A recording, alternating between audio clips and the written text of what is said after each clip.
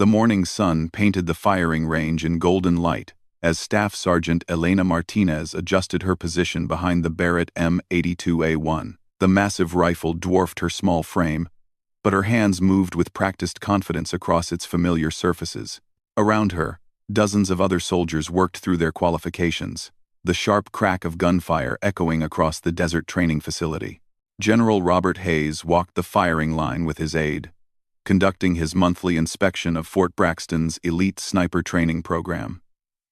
At 62, Hayes had seen every type of shooter the military could produce. He moved past each station with barely a glance, his weathered face showing the same professional indifference he'd maintained for 3 decades of service. Then he stopped. Something had caught his peripheral vision. Hayes turned back toward the petite woman behind the Barrett, his eyes drawn not to her shooting stance or equipment, but to a small badge pinned to her uniform.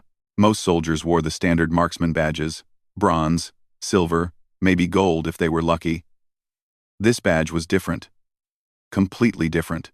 The general stepped closer, his aide, Lieutenant Colonel Murphy, following behind.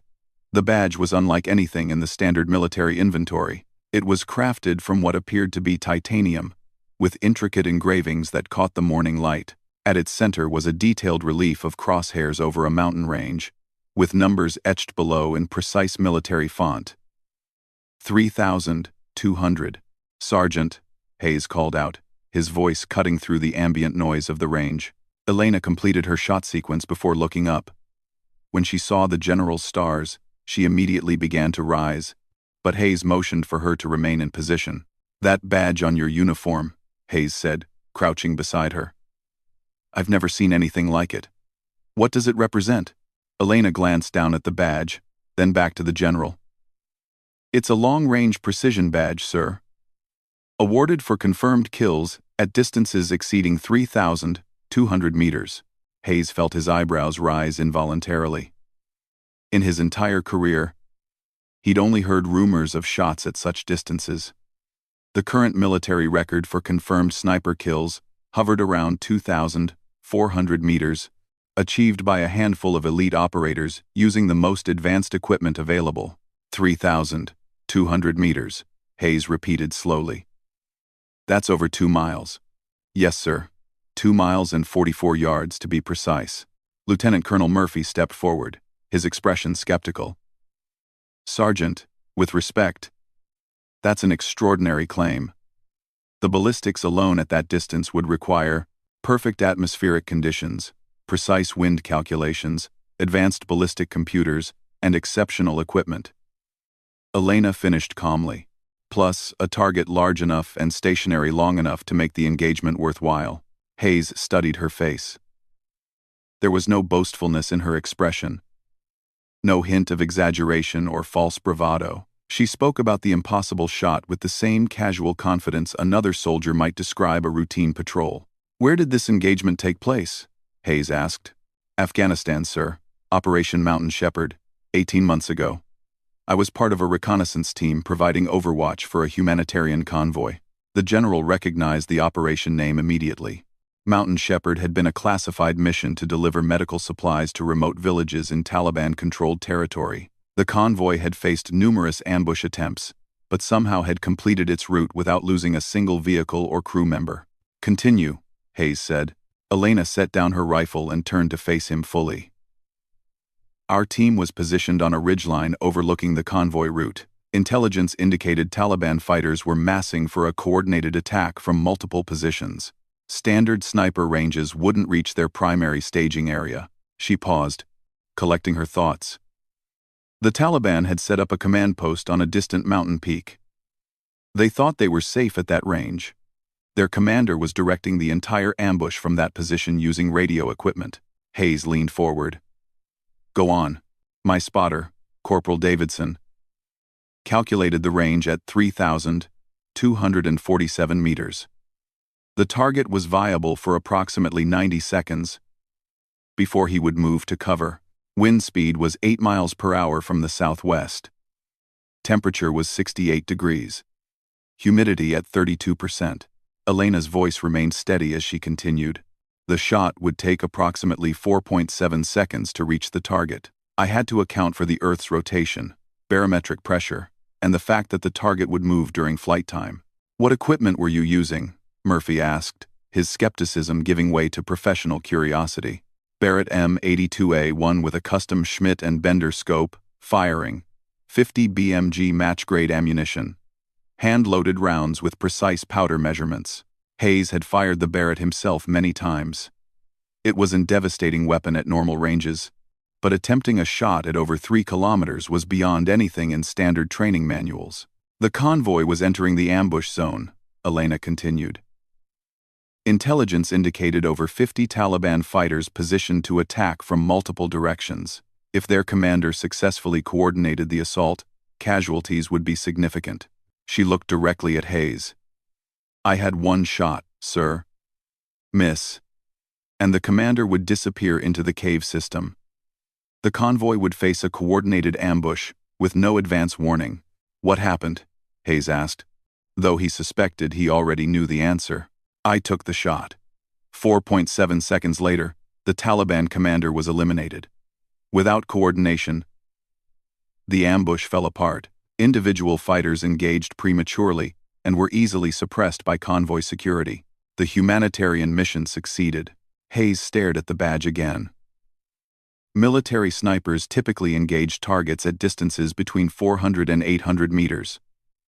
Exceptional shots might reach 1,200 meters under ideal conditions.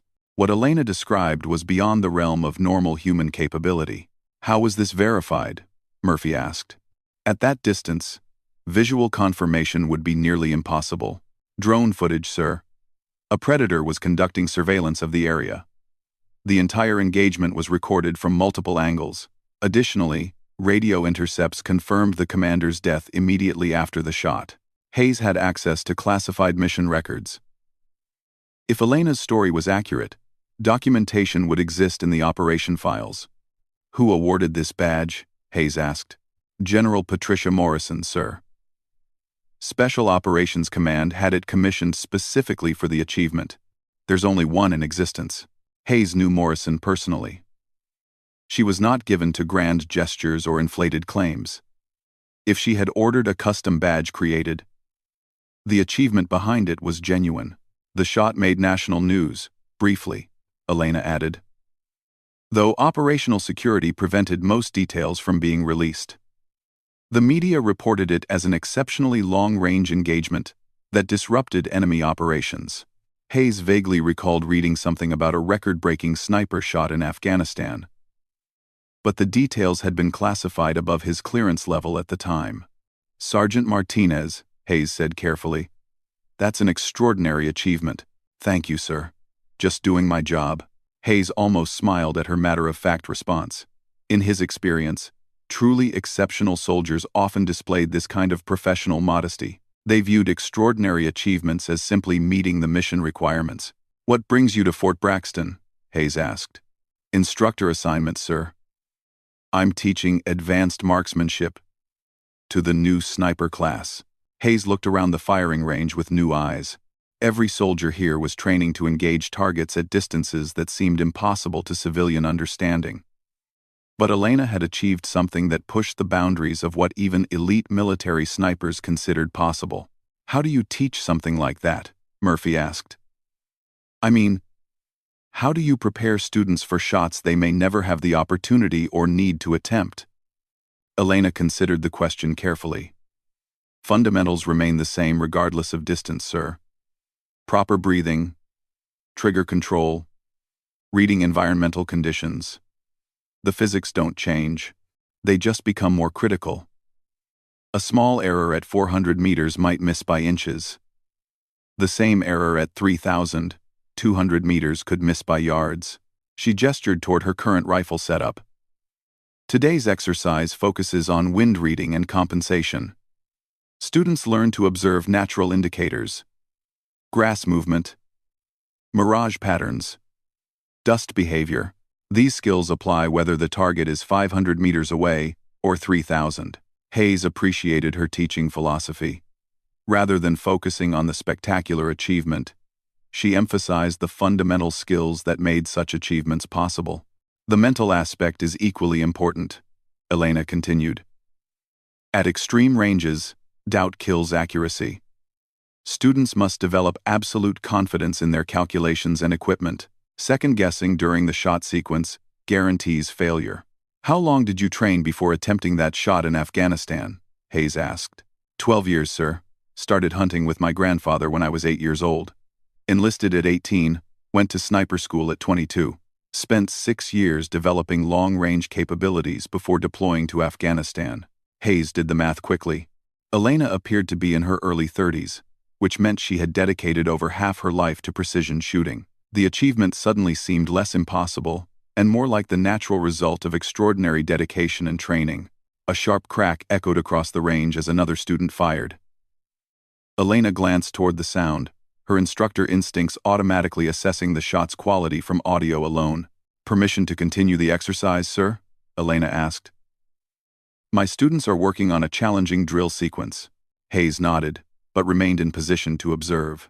He watched Elena move between shooting positions, providing guidance that was both technical and encouraging. Her corrections were precise but patient, delivered in language the students could understand and apply immediately. At one position, a young private was struggling with consistent groupings at 800 meters. Elena knelt beside him, observing his breathing pattern and grip technique. After a few minutes of quiet coaching, the private's shots began clustering much tighter around the target center. See how your breathing affected the natural point of aim? Elena explained. At longer distances, even small body movements translate to significant point of impact changes. The target didn't move. Your rifle did. Hayes recognized excellent instruction when he saw it. Elena wasn't just an exceptional shooter. She was an exceptional teacher. The combination was rare in the military. Most elite operators excelled at their specialty but struggled to transfer that knowledge to others. As the morning progressed, Hayes continued observing.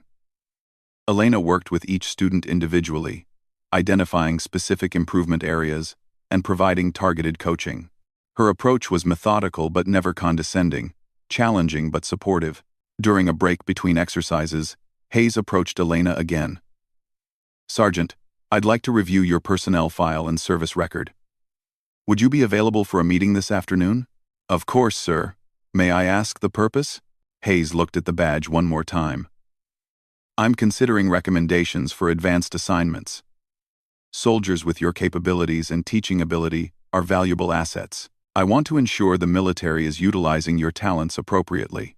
Elena nodded professionally. I'm honored by your interest, sir. I should mention that I'm currently in the final year of a bachelor's degree program, studying physics and ballistics through the Army's continuing education program. Hayes wasn't surprised. The calculations required for extreme-range shooting would benefit significantly from advanced understanding of physics and mathematics. What are your long-term career goals? Hayes asked. I'd like to continue developing the military's long-range capabilities, sir. Both, through direct instruction and curriculum development.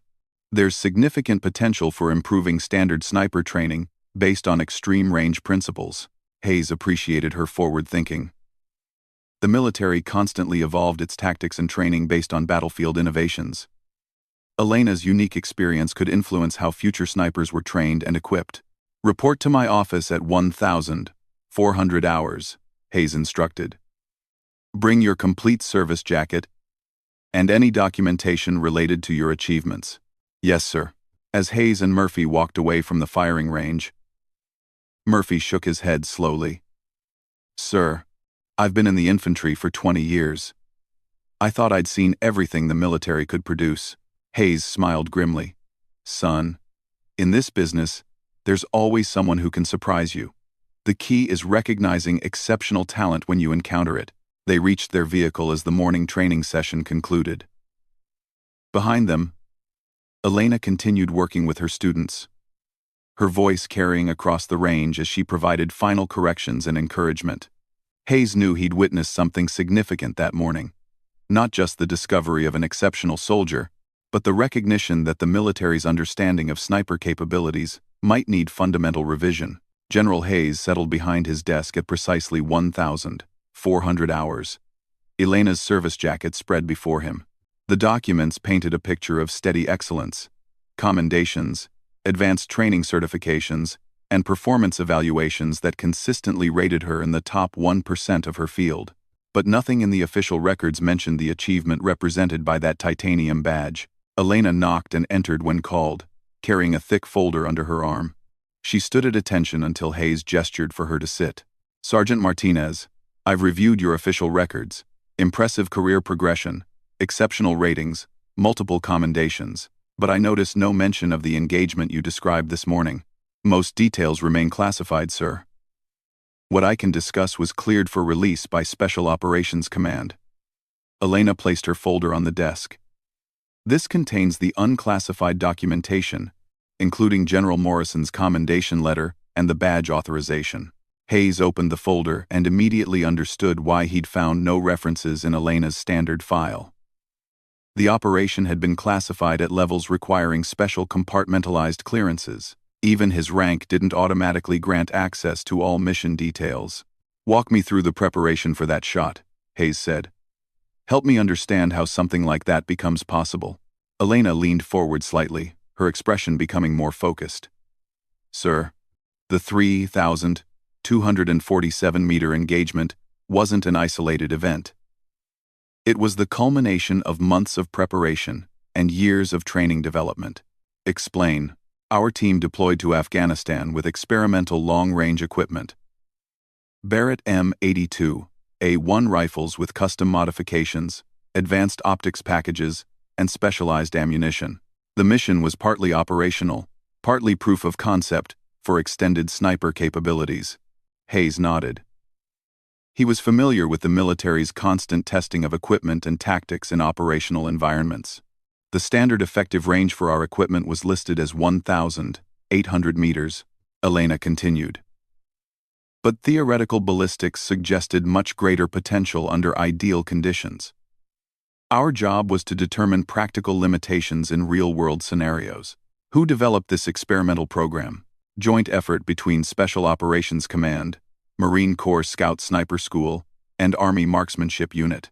The goal was pushing sniper capabilities beyond current doctrine while maintaining reliability and accuracy." Elena paused, organizing her thoughts. "Traditional sniper training focuses on engagements between 400 and 1,200 meters. Beyond that range, most militaries consider the probability of success too low to justify the effort. But modern conflicts often involve enemies who understand these limitations, meaning they position themselves beyond what they believe is effective sniper range," Hayes concluded. "Exactly, sir. Taliban and insurgent groups studied our tactics extensively.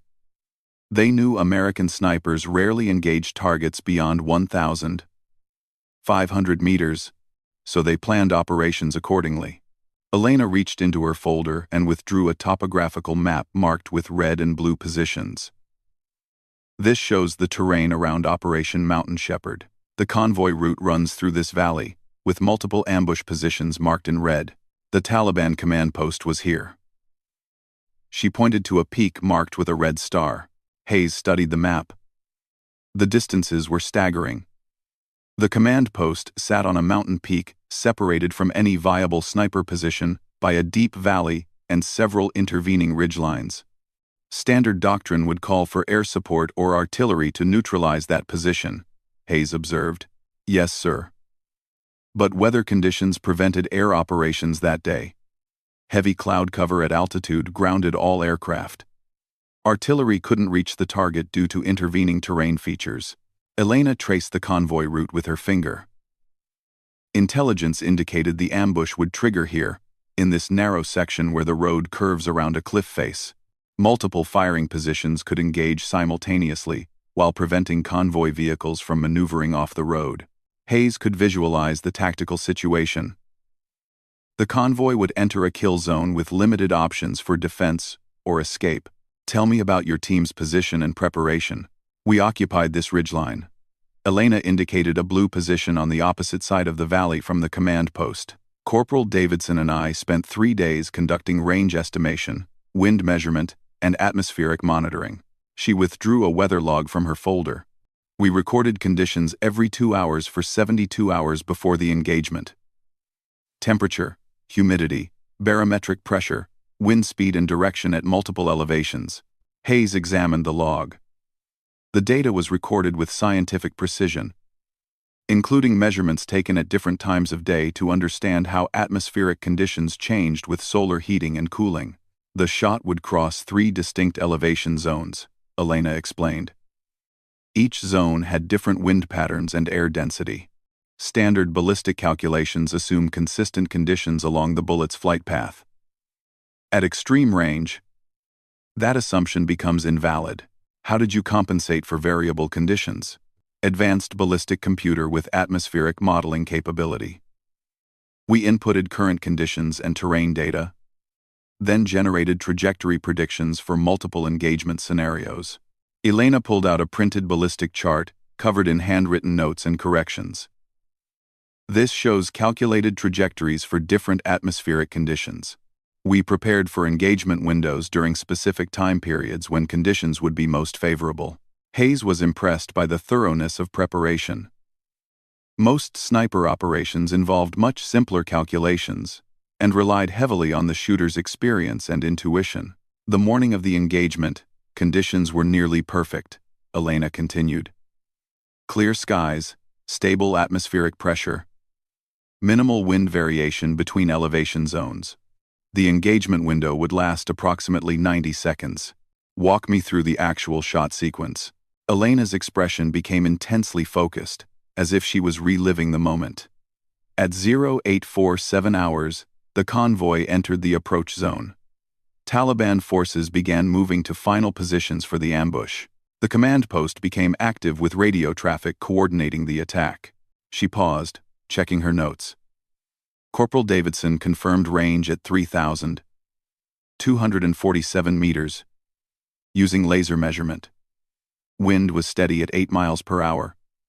From 240 degrees, temperature was 68 degrees Fahrenheit, humidity 32%. Barometric pressure, 29.87 inches of mercury. 2:30. Hayes found himself leaning forward, caught up in the technical precision of her account. I loaded a custom 50 BMG round with match-grade bullet and precisely measured powder charge. The bullet weighed 750 grains, with a ballistic coefficient of 1.05. Muzzle velocity would be approximately 2,820 feet per second. Elena referenced her ballistic chart. Calculated flight time was 4.73 seconds.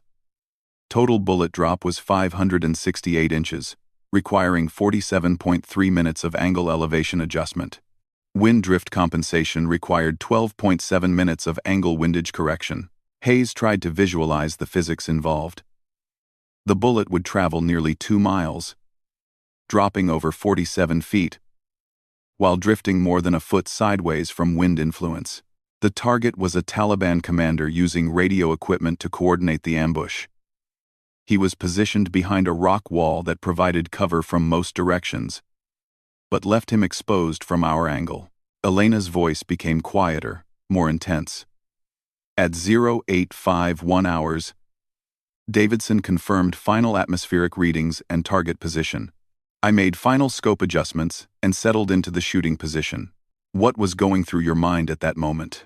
Complete focus on fundamentals, sir. Breathing control, natural point of aim, trigger pressure. At that distance, thinking about anything except basic shooting principles guarantees failure. Elena demonstrated her breathing technique, taking a deep breath and letting it out slowly. Respiratory pause at natural respiratory pause, gentle rearward pressure on the trigger until the rifle fires itself. The shot broke clean at 851 to 34 hours. I maintained follow-through, keeping the crosshairs on target for several seconds after firing. At extreme range, any movement during bullet flight can indicate problems with shooting fundamentals. Hayes waited for the conclusion he knew was coming. 4.73 seconds after the shot, drone footage confirmed target elimination. The Taliban commander was down. Radio intercepts immediately showed confusion in insurgent communications as coordinated command structure collapsed. Elena flipped to another page in her folder. Within 6 minutes, Taliban fighters began engaging the convoy prematurely and without coordination. Convoy security easily suppressed uncoordinated attacks. The ambush failed completely. Hayes stared at the documentation. The clinical precision of Elena's account made the extraordinary achievement seem almost routine. How did you verify the exact range and impact? Post-mission analysis used satellite imagery and surveyor-grade GPS measurements. The exact range was 3,247.6 meters. Bullet impact was within 4 inches of the intended point of aim. Hayes did quick mental math. At nearly 2 miles distance, a 4-inch deviation represented accuracy that exceeded most rifles' capability at normal ranges. What equipment modifications made this possible? Elena turned to a technical specification sheet. Barrett M82 A1 with custom match-grade barrel, free-floating handguard, and precision trigger group. Schmidt and Bender scope with first focal plane reticle and 25x maximum magnification. The scope featured custom turret graduations calibrated specifically for our ammunition and atmospheric conditions. This eliminated calculation errors during engagement. Hayes examined the specifications. The equipment represented the absolute cutting edge of precision rifle technology. The ammunition was equally critical, Elena continued. Hand-loaded rounds using match-grade components. Each round was weighed, measured, and tested for consistency. Variations in powder charge or bullet weight would cause significant accuracy problems at extreme range. How many practice shots did you fire at similar distances before the actual engagement? Approximately 200 rounds over 6 weeks of training, Elena replied. We established training ranges at 2,000, 2,000, 500, and 3,000 meters using steel targets. Success rate was approximately 60% under ideal conditions. Hayes was surprised the success rate wasn't higher for someone of Elena's demonstrated ability. Sir, at extreme range, success depends on factors beyond shooter control. Micro changes in atmospheric conditions, minor equipment variations, or target movement can cause misses despite perfect execution. Elena's explanation highlighted the remarkable nature of her achievement. Success required not just exceptional skill, but also considerable luck with environmental factors. After the successful engagement, how did Special Operations Command respond? General Morrison initiated a comprehensive analysis of extreme-range sniper capabilities.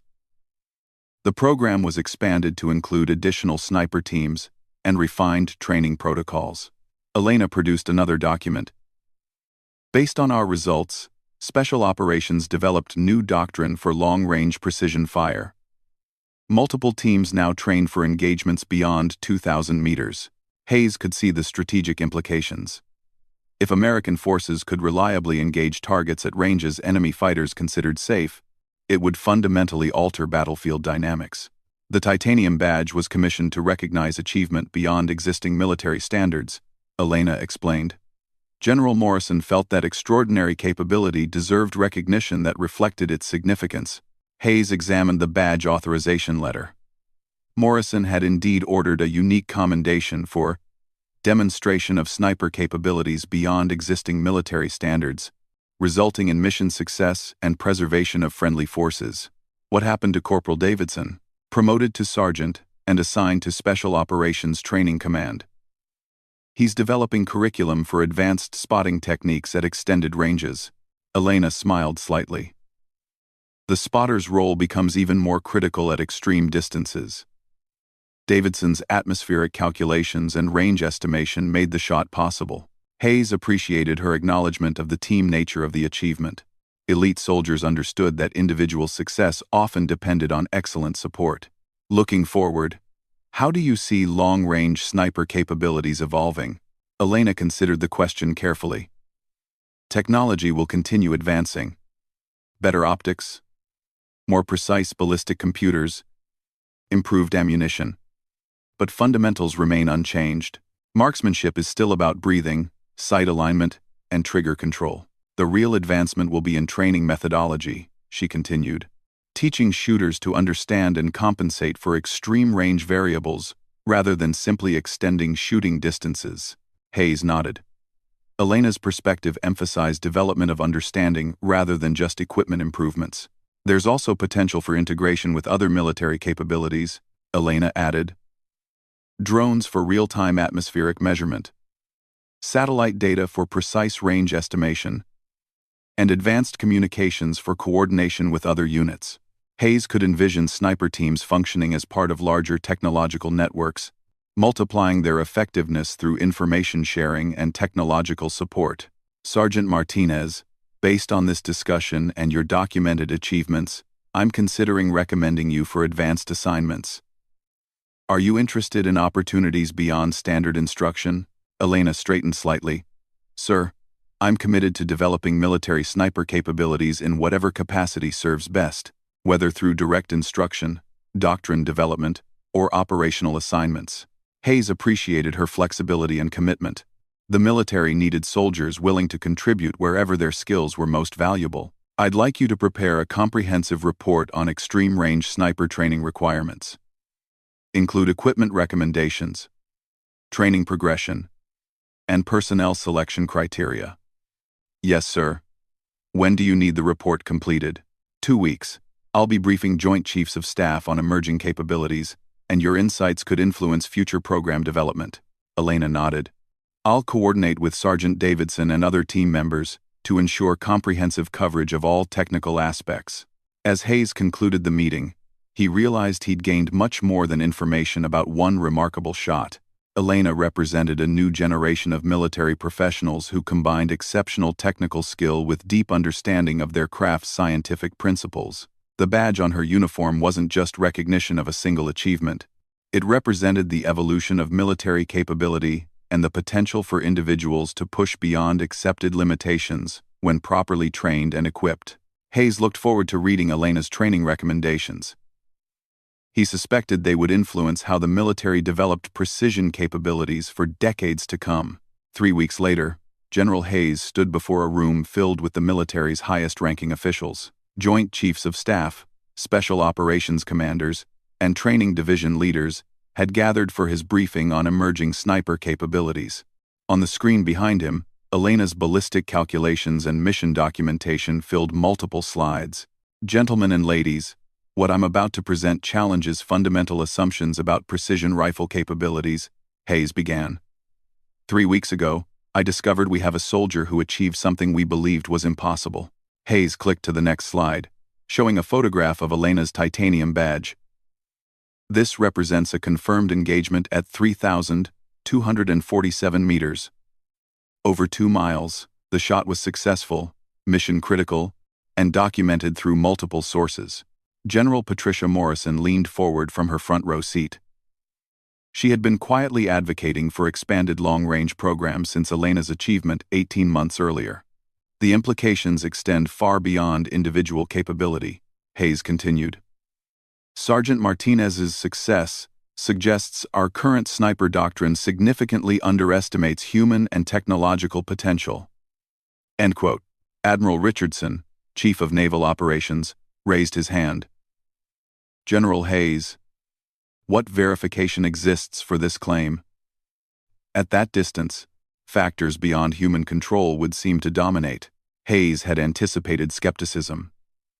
Admiral, I've personally reviewed classified mission footage, atmospheric data, ballistic calculations, and post-mission analysis. Additionally, Sergeant Martinez has demonstrated her capabilities during my investigation. He clicked to the next slide. Last week, at my request, Sergeant Martinez attempted a 2,800-meter shot under controlled conditions at Fort Braxton.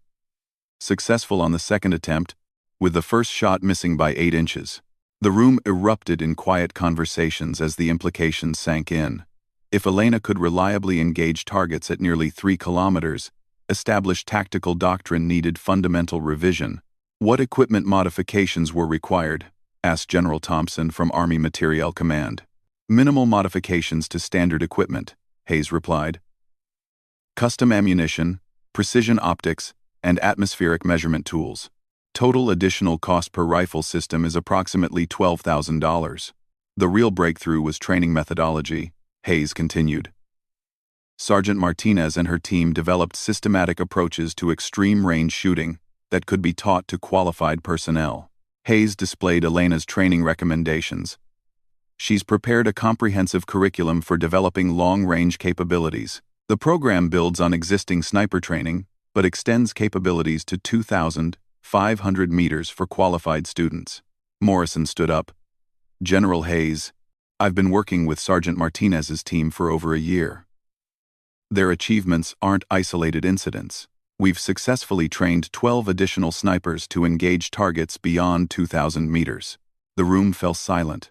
12 soldiers with extreme range capabilities represented a significant tactical advantage. What's the success rate for students in this program? Asked Colonel Martinez from Marine Corps Training Command. 68% of qualified candidates achieve reliable success at ranges beyond 2,200 meters, Morrison replied. However, candidate selection is extremely rigorous. Only top-tier marksmen are accepted for training. Hayes clicked to Elena's personnel recommendations. Sergeant Martinez identified specific characteristics for successful extreme-range shooters: physical stability, mathematical aptitude, patience, and exceptional focus under pressure. The training duration is also significant, Hayes added. Students require 6 months of intensive instruction beyond standard sniper school. This isn't a skill that can be developed quickly. Admiral Richardson looked thoughtful. What operational applications exist for these capabilities? Hayes had prepared for this question. Counter-sniper operations, high-value target elimination, overwatch for special operations, and denial of areas previously considered safe from sniper fire. Additionally, Hayes continued, psychological impact on enemy forces who discover their safe positions are actually vulnerable to precision fire from impossible distances. General Morrison added, intelligence suggests that knowledge of American extreme-range capabilities has already influenced enemy tactical planning in several operational theaters. Colonel Roberts from Air Force Special Operations raised his hand. How does this capability integrate with existing support assets? Quote, excellent question, Hayes replied. Sergeant Martinez's team worked extensively with drone operators, providing real-time atmospheric data and target assessment. The integration multiplied effectiveness significantly. Hayes displayed a tactical scenario diagram. Imagine overwatch positions that can effectively engage targets 3 kilometers from friendly forces. This extends the protective envelope far beyond current capabilities. The strategic implications are equally important, Morrison added. Enemies who understand our conventional sniper ranges position themselves accordingly.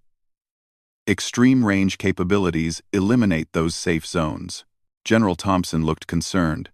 What are the resource requirements for implementing this program Army-wide? Hayes clicked to his budget analysis. Initial estimates suggest training 50 extreme-range sniper teams would require approximately $15 million over 3 years. This includes equipment, specialized training facilities, and instructor development. The cost per tactical advantage compares favorably to other military capabilities, Hayes continued. 50 teams could provide coverage for major operational theaters worldwide. Admiral Richardson nodded slowly.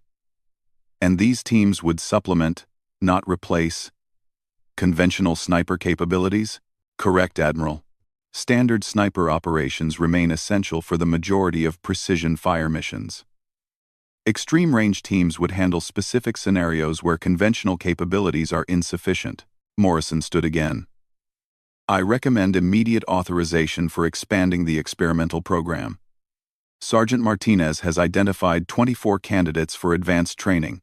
We could have additional operational teams within 8 months. Hayes appreciated Morrison's advocacy. Her support had been crucial for maintaining the program during its experimental phase. What about Sergeant Martinez herself? Asked Colonel Roberts. What assignment maximizes her contribution to this program? Hayes had given considerable thought to Elena's future assignment. I'm recommending promotion to Staff Sergeant and assignment as lead instructor for the Extreme Range program. Her combination of achievement and teaching ability makes her uniquely qualified. Additionally, Hayes continued, she's completing a bachelor's degree in physics and ballistics. This educational background enhances her ability to develop scientific training methodologies. Morrison smiled. I've already drafted orders promoting Sergeant Martinez and establishing her as program director. We're also recommending her for the Distinguished Service Medal. The Distinguished Service Medal was awarded for exceptional meritorious service to the government in a duty of great responsibility. For a non-commissioned officer, it represented extraordinary recognition. What timeline are we considering for program expansion? Asked General Thompson. Hayes displayed his implementation plan. Phase 1 involves training 12 additional instructor teams within 6 months. Phase 2 establishes permanent training facilities at 3 locations. Phase 3 begins operational deployment of certified teams. Phase 3. The total timeline is 18 months from authorization to initial operational capability, Hayes concluded. Morrison addressed the room. Gentlemen and ladies, this represents a genuine breakthrough in military capability, not theoretical advancement, but proven, documented success in operational conditions. Admiral Richardson looked around the room. I think we need to vote on program authorization. All in favor of expanding extreme-range sniper capabilities? Every hand in the room rose without hesitation. Unanimous approval. Richardson announced. General Morrison, you have authorization to begin immediate program expansion. Hayes felt a surge of satisfaction. Elena's extraordinary achievement would now influence military training and capability development for years to come. One final item, Morrison said. Sergeant Martinez has requested permission to continue operational deployments in addition to her training responsibilities. She believes maintaining operational experience enhances her instructional capability. Approved, Richardson replied immediately. Soldiers with her capabilities should remain operationally current. As the meeting concluded, Hayes reflected on the remarkable chain of events that began with noticing an unusual badge on a soldier's uniform. Sometimes the most significant discoveries came from paying attention to small details. 2 days later, Hayes attended Elena's promotion ceremony at Fort Braxton. The entire sniper training staff assembled as Elena received her new rank and her Distinguished Service Medal. Morrison herself presented the award. Staff Sergeant Martinez, Morrison said as she pinned the medal to Elena's uniform. Your achievements have fundamentally advanced American military capabilities. This recognition represents not just personal accomplishment, but contribution to national security. Elena stood at attention, but Hayes could see the pride in her eyes. Thank you, ma'am. I'm honored to serve and committed to developing these capabilities in others. After the ceremony, Hayes approached Elena privately. Staff Sergeant, congratulations on your promotion. How do you feel about your new assignment? Excited and challenged, sir. Training others to achieve extreme-range capabilities will be demanding, but the potential impact makes it worthwhile. Hayes smiled. Any concerns about the expanded program? Elena considered the question carefully. Maintaining quality standards will be critical. Sir, these capabilities require exceptional dedication and training. We can't compromise standards for the sake of rapid expansion. Hayes appreciated her perspective. Elite capabilities required elite standards, regardless of operational demand. Your first class of instructor candidates reports next week, Hayes said. 12 carefully selected snipers who will become the foundation of the expanded program. I've reviewed their files, Elena replied.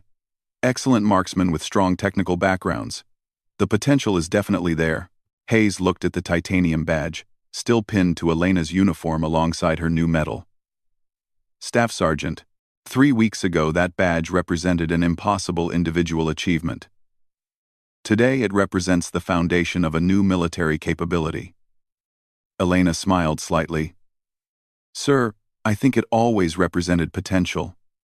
It just took the right circumstances for that potential to be recognized and developed. Hayes nodded. Elena's modesty remained consistent despite her recognition and promotion. She viewed her achievement not as personal glory, but as proof of what became possible through proper preparation and training.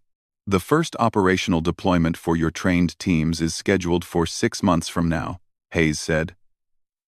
Intelligence indicates several scenarios where extreme-range capabilities could prove decisive. We'll be ready, sir. The fundamentals don't change regardless of the stakes involved. As Hayes walked away from the ceremony, He reflected on Elena's impact on military thinking. Her achievement had challenged established limitations and opened possibilities that would influence warfare for decades. The titanium badge represented more than marksmanship excellence. It represented the power of individuals to push beyond accepted boundaries and redefine what military forces could accomplish. Elena returned to the firing range that afternoon, beginning preparation for her new responsibilities. Her first class of instructor candidates would arrive in 5 days, ready to learn capabilities that had seemed impossible just months earlier. On the shooting line, Elena chambered around and settled behind her Barrett. The target stood 2,400 meters away, positioned on a distant hillside. For Elena, it represented a routine training shot. For her upcoming students, it would represent the beginning of their journey toward the impossible. The shot broke clean, and 3.8 seconds later, Elena observed the target impact through her scope. Another successful engagement. Another step toward expanding American military capabilities. Hayes watched from the observation area as Elena continued her practice session. He knew he was witnessing history in the making. The quiet professional behind the rifle would soon transform how the military thought about precision fire and human potential. The badge on her uniform caught the afternoon sunlight, its titanium surface reflecting light across the firing range. It had started as recognition for an extraordinary individual achievement. Now it served as a symbol of institutional transformation and the ongoing evolution of military excellence. Elena's story was far from over. As program director, she would train dozens of snipers to achieve capabilities once considered impossible. Her methods would become doctrine, her achievements would become standards, and her vision would become reality. The general walked past her Barrett 50 and stopped cold when he noticed her 3,200-meter badge. That moment of recognition had begun a transformation that would enhance American military capabilities for generations to come. The badge represented more than personal achievement. It represented the outer limits of human and technological capability working in perfect harmony. And Hayes was beginning to understand that Elena Martinez might be exactly the kind of soldier the military needed as it faced increasingly complex global challenges. As their vehicle pulled away from the range, Hayes was already planning his afternoon questions.